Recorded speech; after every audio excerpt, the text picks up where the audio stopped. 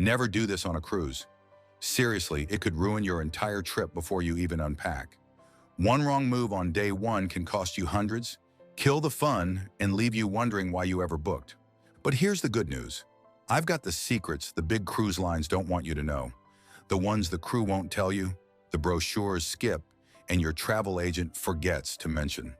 And not all of them are bad. Some are hidden perks you'll wish you knew sooner. Today I'm giving you 13 powerful tips to cruise smarter, save money, and actually enjoy the experience from start to finish. We're talking booking traps, overpriced extras, secret freebies, and insider hacks that can turn a decent trip into the best vacation you've ever had. Ready to dodge disaster, unlock the good stuff, and make the cruise lines regret underestimating you? Let's go. You've just stepped on board. The air smells like salt water and new carpet, music's playing, the crew is smiling, and right there, trays of colorful cocktails and limited time package offers. They're everywhere. Before you've even found your cabin, people are swiping their key cards like it's free. I've watched guests spend over $200 in the first hour, thinking they're getting deals. Here's the reality. Cruise lines know embarkation day is when you're most excited and least likely to question prices. The welcome specials are often the worst prices you'll see all week. Drinks, spa packages, even Wi-Fi bundles can be 20 to 40% cheaper if you wait a day. But they count on your FOMO kicking in while the steel band plays. The result? You lock yourself into overpriced packages before you've even explored what's included for free. The golden rule? Wait 24 hours before making any big onboard purchases. Use the first day to explore, check the daily program, and compare prices later in the week. Often, flash sales appear mid-cruise, same offers, way cheaper.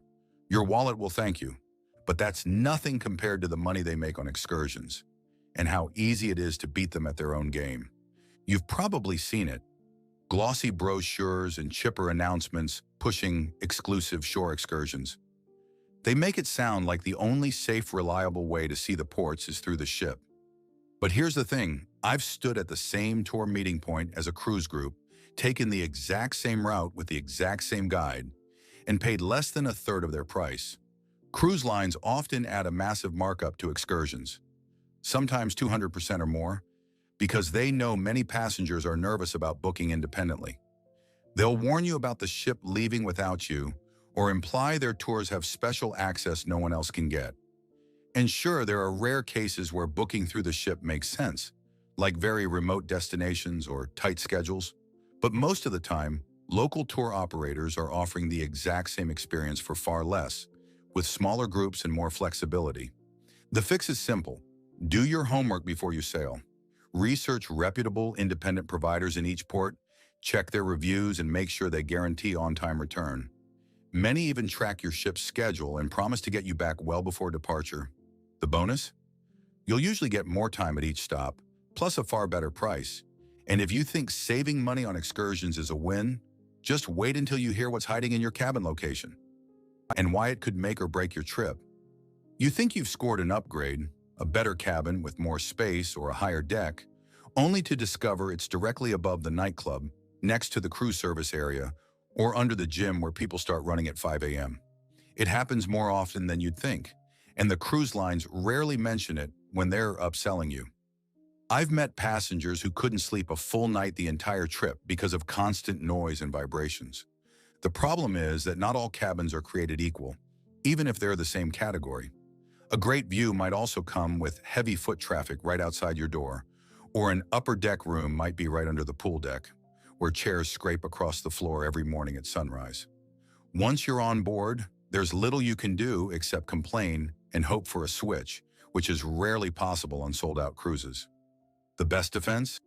Research before you book. Most cruise ship deck plans are available online, and cruise forums are full of honest reviews about specific cabin numbers. Look for rooms away from elevators, public areas, and crew access points. If you're light sensitive or a light sleeper, bring earplugs or a white noise app just in case. And while noise is annoying, it's nothing compared to the one thing in certain cabins that can actually affect your health: the air you're breathing. Most passengers never think about the air inside their cabin, But on some ships, especially older ones, the circulation system doesn't deliver as much fresh air as you'd expect. If your room feels stuffy, humid, or has a faint chemical or mildew scent, you might be breathing recycled air for most of your trip. I've heard from travelers who woke up groggy every morning, not realizing the culprit was poor ventilation rather than the cocktails from the night before. Why does it matter? Good air quality isn't just about comfort. It affects your energy, sleep, and even how well you recover from long days ashore. In some interior cabins, the lack of natural airflow can make the space feel damp, which is the perfect recipe for bacteria and mold. Cruise lines don't advertise which rooms get the best circulation, and unless you've sailed the ship before, you won't know until you're inside. The solution is twofold. When booking, consider a balcony or ocean view cabin, where you can open the door for natural ventilation. If that's not in your budget, bring a small, portable air purifier or even a compact fan to keep the air moving. You'll feel more awake, your clothes will dry faster, and your cabin will smell fresher. And while fresh air can make your trip far more enjoyable, there's another cruise secret that can change your entire experience, and it's hiding in the dining room. You might assume your dining table assignment is just random, but on many cruises, the prime spots, like those with ocean views during sunset, go to passengers who either booked early, paid for higher categories, or simply knew to request them. That means you could end up at a table in the far back, next to a service door, with no view at all, even if you're paying the same for your meals as the people enjoying the best seats in the house. The problem is that dining is a huge part of the cruise experience, and the atmosphere matters just as much as the food. Being tucked away in a noisy, poorly lit corner can make dinner feel like a cafeteria instead of the highlight of your evening. And if you're assigned a time that clashes with sunsets or evening events you wanted to see, you'll miss out on some of the most memorable moments of the trip. Here's the move. As soon as you board, or better yet, before you sail, contact the dining staff to request your preferred seating and time. Most cruise lines will make adjustments if they can, especially on day one before service starts. If you're traveling with a group, confirm you're all seated together and in a spot you'll enjoy. And while dining can be a letdown if you get stuck in the wrong place, there's also a delicious secret hiding in plain sight, one that can upgrade your meals without spending a single extra dollar. Most passengers don't realize the main dining room has a secret menu, dishes you won't find printed anywhere but that the kitchen can prepare if you know to ask. I've seen people casually order lobster tails, steak upgrades, even special desserts that never appeared on the official nightly menu. The crew isn't hiding it out of malice, they just don't promote it, because if everyone knew, the kitchen would be swamped. Here's why it matters. Those unlisted options can turn an ordinary meal into something you'd expect at a high-end restaurant, and they're often included in your fare. You might be stuck with the printed chicken or pasta choices, while someone at the next table is enjoying a filet mignon they simply requested. The catch? You have to ask politely, and sometimes it's easier if you've built a bit of rapport with your server over the first couple of nights. The fix is simple. On your first dinner, ask if there are any special dishes available that aren't listed. Mention a craving, whether it's shrimp cocktail, fresh fruit plates, or a particular dessert, and see what happens. You'll be surprised how often the answer is yes. Of course, food is one thing, but when it comes to drinks, that's where cruise lines really make their money, and it's easier than you think to overspend. Drink packages sound like a great deal. Unlimited cocktails, specialty coffees, sodas, maybe even bottled water. But here's the truth. Most passengers don't come close to drinking enough to make those packages worth the price.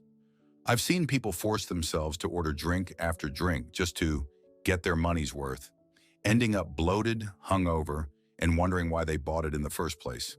Cruise lines bank on you overestimating how much you'll consume. They'll throw in fancy math like, if you have 5 drinks a day, it pays for itself. But factor in port days, early excursions, and nights you skip the bar, and suddenly you've paid hundreds extra for something you barely used. The same goes for premium coffee and juice add-ons. Unless you're drinking them every single day, you're probably overspending. The smart move: before you buy, do a realistic count. How many drinks would you actually have per day, including non-alcoholic ones? Add them up and compare to the package price. If you're under, skip it and pay as you go. And remember, some beverages are free: water, basic coffee, tea, juice at breakfast, so you're not going to go thirsty. But if you think overpriced drinks are sneaky, just wait until you find out what your cruise card is really doing every time you use it. Your cruise key card isn't just your room key, it's also your onboard credit card, and every single swipe is tracked. Because there's no cash changing hands, it's incredibly easy to lose track of what you're spending. I've watched passengers nearly faint at the end of their trip when they saw their final bill, loaded with impulse purchases they barely remembered making. Cruise lines design it this way on purpose. That tap-and-go feeling removes the psychological barrier of pulling out real money. Whether it's a $12 cocktail, a souvenir, or a special dinner, it all just quietly stacks up on your account. And since you're on vacation, it's easy to say yes to things you wouldn't normally buy, until checkout morning when reality hits. The fix is straightforward. Check your onboard account daily, either through the ship's app or at guest services. This way you can spot overspending before it spirals and even catch errors. Yes, they happen more often than you think. Setting a personal daily budget can also help keep you in control without feeling deprived. And if you think the card is dangerous, wait until you hear how a relaxing spa day can turn into the most expensive hour of your entire cruise. You book a spa treatment thinking it's your moment of pure relaxation, maybe a massage, facial, or body scrub. The room is dim, soft music plays, and for an hour, you're in bliss. But the second it's over, the therapist pulls out a tray of lotions, oils, and supplements, explaining why you need them to maintain your results. Suddenly, that $120 massage has turned into a $300 bill, and you're holding products you didn't even plan to buy. This isn't accidental. Cruise spa staff are trained in upsell tactics, and their commissions often depend on how much product they move. They might hint that your skin is dehydrated, your muscles are tense, or that you need a detox. All problems conveniently solved by whatever's in their basket. They know you're relaxed, a little vulnerable, and less likely to say no. The easiest way to avoid this? Politely decline any product offers before your treatment starts. You can even say, "I'm just here for the service today. Thank you," so they know not to pitch. If you genuinely want something, take your time and compare prices. Often you can find the exact same brand online for less than half the ship's price. Of course, not everything at the spa is a money trap. There are wellness perks the cruise lines quietly offer for free, and most passengers don't even realize they exist. Most people assume anything health and wellness on a cruise costs extra, but there are a surprising number of freebies hiding in plain sight. Some ships offer morning yoga or stretch classes at no charge, especially on embarkation or sea days. There's often a jogging track that winds around the deck with stunning views, and saunas or steam rooms tucked into the locker areas that anyone can use without paying a spa fee. The reason you don't hear about these? Cruise lines would rather you book the paid fitness programs, personal training sessions, or exclusive wellness packages. They're not going to shout about the fact that you could do your morning routine without spending a dime. I've even found free guided walks on deck and crew-led fitness challenges that never made it into the main announcements. If you want to find them, you have to ask. On day one, stop by the fitness center or spa desk and inquire about complimentary options. Check the daily activity schedule closely. Some of these freebies are only offered once or twice a trip, so you don't want to miss them. Taking advantage of these can keep you active, save you money, and balance out all those decadent meals without cutting into your fun. And speaking of entertainment, some of the exclusive shows you'll see advertised aren't nearly as rare as the cruise lines want you to think. Cruise lines love to hype certain shows as one-night-only events, creating a sense of urgency so you'll rearrange your evening plans to see them. The truth? Many of these performances are repeated later in the trip, sometimes even more than once. I've seen passengers skip other activities they really wanted to do, only to realize the show they rushed to catch was playing again 2 nights later, often with better seating available. Why does this matter? On a cruise, your time is just as valuable as your money. If you're constantly feeling pressured to attend can't-miss events, you might end up missing out on more relaxed evenings, special dinners, or spontaneous activities that would have made your trip even more memorable. Cruise lines count on that urgency to keep you moving from one revenue-generating venue to the next. The fix is simple. Check the entertainment schedule as soon as it's available, usually on embarkation day or in the ship's app. Ask crew members if certain shows will repeat and plan your evenings accordingly. This way, you can prioritize the truly unique events and slot in the repeat performances when it's convenient for you. And while you should skip some so-called exclusive activities, there's one event you should never miss, even though most people treat it like a boring requirement. Most passengers groan when they hear about the muster drill, that mandatory safety briefing before the ship sets sail. They treat it as an inconvenient formality, something to get through so the real vacation can begin. But here's the thing, if you approach it differently, the muster drill can actually give you a huge advantage for the rest of your trip. It's one of the few times you're required to move around the ship before everyone settles into their routines. If you pay attention, you can use it to get familiar with the layout, spot shortcuts between decks, and even locate quieter lounges or hidden seating areas that most passengers won't notice until days later. I've used that time to map out the fastest route from my cabin to the buffet, or to find a quiet deck space for sunsets that stays empty all cruise long. The drill also forces you into a group setting with fellow passengers, which can be a chance to meet friendly faces early on. Those quick introductions can turn into dinner companions, excursion buddies, or people who'll save you a seat at a show later in the week. So yes, you have to attend, but instead of zoning out, treat it like a mini scavenger hunt for insider knowledge. You'll start your trip more confident about navigating the ship, which means less time getting lost and more time enjoying yourself. And speaking of making your last days more enjoyable, there's one disembarkation trick that can save you from the chaos everyone else endures. The last morning of a cruise can feel like pure chaos.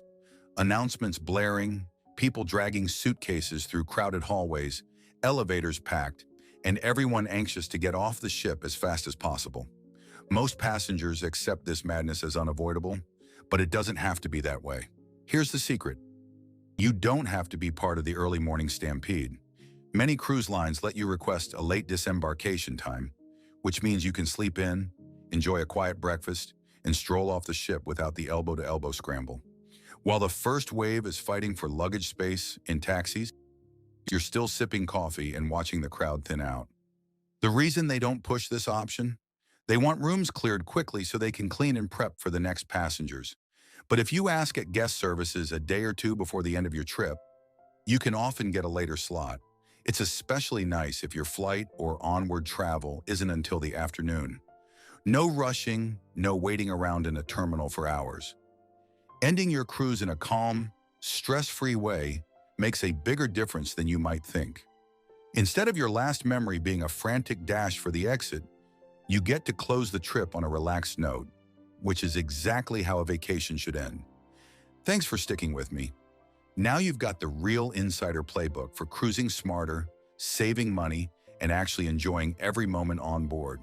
If you made it this far, type "smooth sailing" in the comments, so I know you're one of the savvy travelers who's not falling for the cruise line's little games.